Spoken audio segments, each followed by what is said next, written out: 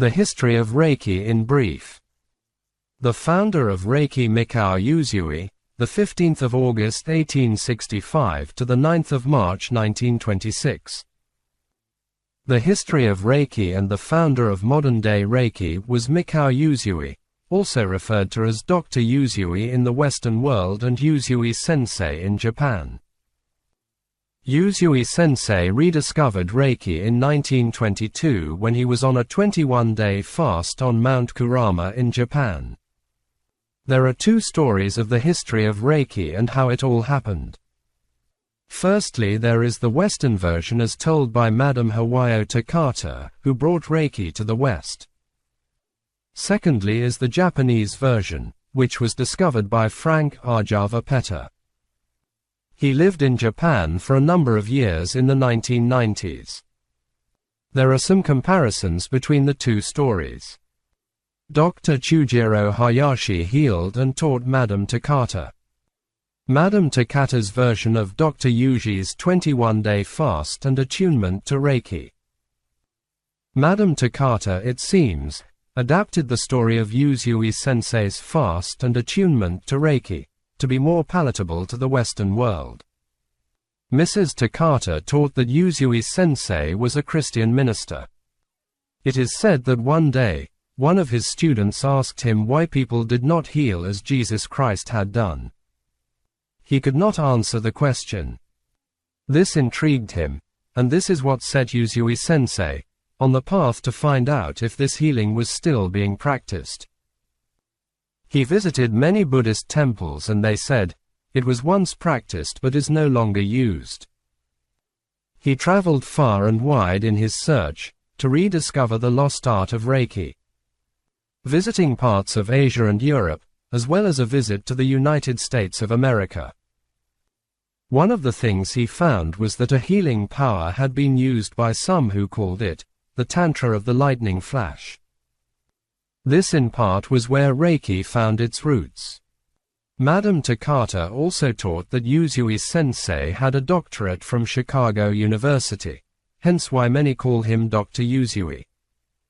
Research into this has been done, and it appears there is no record of Usui Sensei ever receiving a doctorate at Chicago University.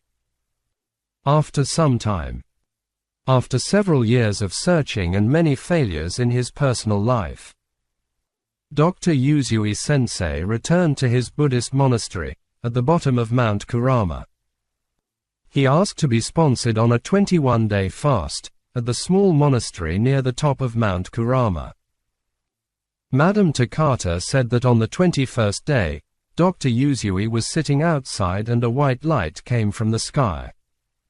At first, he was scared and considered hiding, but decided to sit there and wait.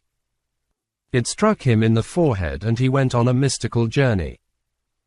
During this journey, he received a full attunement to Reiki and was reconnected with the Reiki universal life force. It was during this journey that he was given the 4 symbols of Reiki to further empower the healing. When Usui Sensei came back to consciousness, several hours had passed. He then set off back down the mountain. Madame Takata, the 4 miracles. Madame Takata taught the first 4 miracles of Reiki. As Usui Sensei descended from Mount Kurama, he stubbed his toe. So he sat down and put his hand on to heal it. Then when he took his hand away, it was fully healed. This was the first miracle of modern Reiki. Soon he came to an inn, and he asked for a big meal.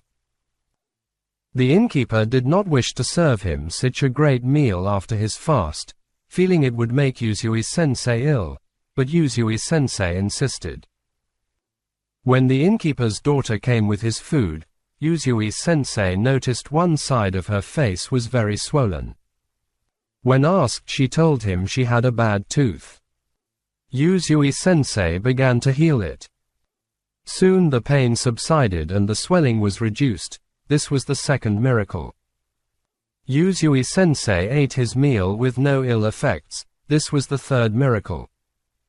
When Usui Sensei reached the temple at the bottom of Mount Kurama, he he was told that the abbot's sickness was keeping him bedridden. Usui over a few days healed him until he was well again. This was the fourth miracle of modern Reiki.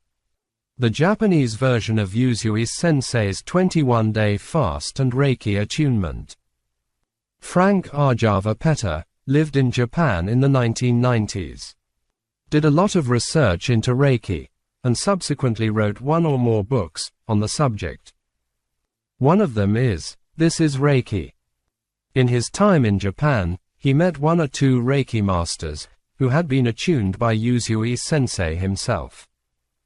They told him the story and history of Mikao Usui, and how Usui Reiki is alive and well in Japan to this day.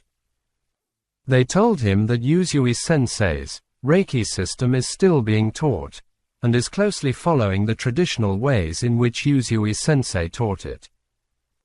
Mikao Uji's Reiki healing system in Japan is called Usui Shiki Ryoho, which means the Usui system of natural healing. So from what Frank Ajava-Petter has written, Mikao Usui was born into a Tendai Buddhist family and was of samurai caste. He later became a Buddhist priest, monk. At some point, he became very interested in the lost art of hands-on life force healing. So indeed Usui Sensei looked far and wide for the understanding of the lost healing arts. He discovered they had been used by some of the Buddhas as far back as 2,600 years ago. Or even longer. His monastery had indeed sponsored him to fast on Mount Urama for 21 days. During this time it is believed that he might have stood under a waterfall that struck the top of his head. This was to induce an altered state of mind that was also practiced by others. Dr. Uji's attunement to Reiki. It was during such a time that he had his mystical journey and became fully initiated and attuned to Reiki, which is the universal life force energy and healing power that he had searched to find for so long. As to whether he received the Reiki symbols in his attunement, it is uncertain. They may be drawn from around him, from the many ancient texts that he read. His own Tendai Buddhist love symbol can be seen today in the temple at the bottom of Mount Kurama. And it looks very similar to the mental, emotional symbol that is used in many Western Reiki systems today. The distant and master symbols are written in Japanese. There is no doubt Usui Sensei was a remarkably powerful healer and a respected teacher. Usui Sensei went on to attune some 2,000 Reiki students in all. Among them, there were 18 Reiki masters. Only the most devoted students went on to become Reiki masters, one of which was Dr. Hayashi. In time he practiced Reiki in his clinic in Tokyo, until a big earthquake destroyed it. He then practiced in a clinic some distance outside of Tokyo. During the big earthquake, there were a lot of people that needed help and healing. Usui Sensei healed and helped many, for which he was later honored by the Japanese government. Charging for Reiki. Madame Takata said that we should charge for Reiki. This is because people would not understand the gift of healing they had received if not. She taught that Usui Sensei had in the beginning healed for free. But later many kept returning after a time. So he decided to charge, so that those coming for healing might better understand and appreciate the gift healing has given them. It is understood that he charged what they call the middle road. Those with more paid more, and those with less paid less. Usui Sensei at some stage decided it was better to create 3 levels of Reiki. This was to break it down for his students to more easily learn, as well as giving them more time to practice and develop their healing gifts. These levels are Reiki Level 1, Shodan, which means first teachings. Reiki Level 2, Akuden, hidden or inner teachings. Reiki Master Level 3, Shinpiden, the mastery teachings. In some Western Reiki systems, Reiki masters are sometimes taught on two levels. Part A Reiki Master Healer and Part B Reiki Master Teacher. Dr. Chujiro Hayashi, the 15th of September 1880 to the 11th of May 1940. Dr. Hayashi was a disciple of Mikao Usui and played a major role in the spread of Reiki outside of Japan. Dr. Hayashi had been a naval physician. Later he learned Reiki with Usui Sensei and gave Reiki to treat his patients. He studied with Usui Sensei in 1925. He developed his system of Hayashi Reiki Kenkyu Kai in Tokyo. This was while Usui Sensei was still alive, and upheld the way Usui Sensei had taught Reiki. Dr. Hayashi initiated Hawayo Takata to Reiki levels 1 and 2. Soon after she had been a patient of his in Japan. Later he went to stay with Madame Takata in Hawaii, to help her with her clinic. It was during his time there, that he initiated Madame Takata to Reiki Master Level 3. Sadly Dr. Hayashi committed traditional suicide, seppuku in 1940. This was because he did not wish to be called back into the Japanese Navy, at the beginning of the Second World War. Madame Hawayo Takata, the 24th of December 1900 to the 11th of December 1980. Up until the 1990s, it was believed that Madame Takata was the last remaining Reiki master in the world. That is until Frank Arjava-Petta found the Usui Shiki Ryoho, the Usui system of natural healing, alive and well in Japan in the 1990s and is still going strong today. Madame Takata attuned some 22 Reiki masters. We should be thankful to Madame Takata for bringing Reiki to the West.